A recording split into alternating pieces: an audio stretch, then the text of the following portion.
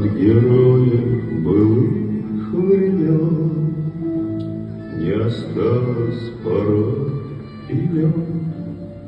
Те, кто приняли смертный бой, стали просто землей и травой.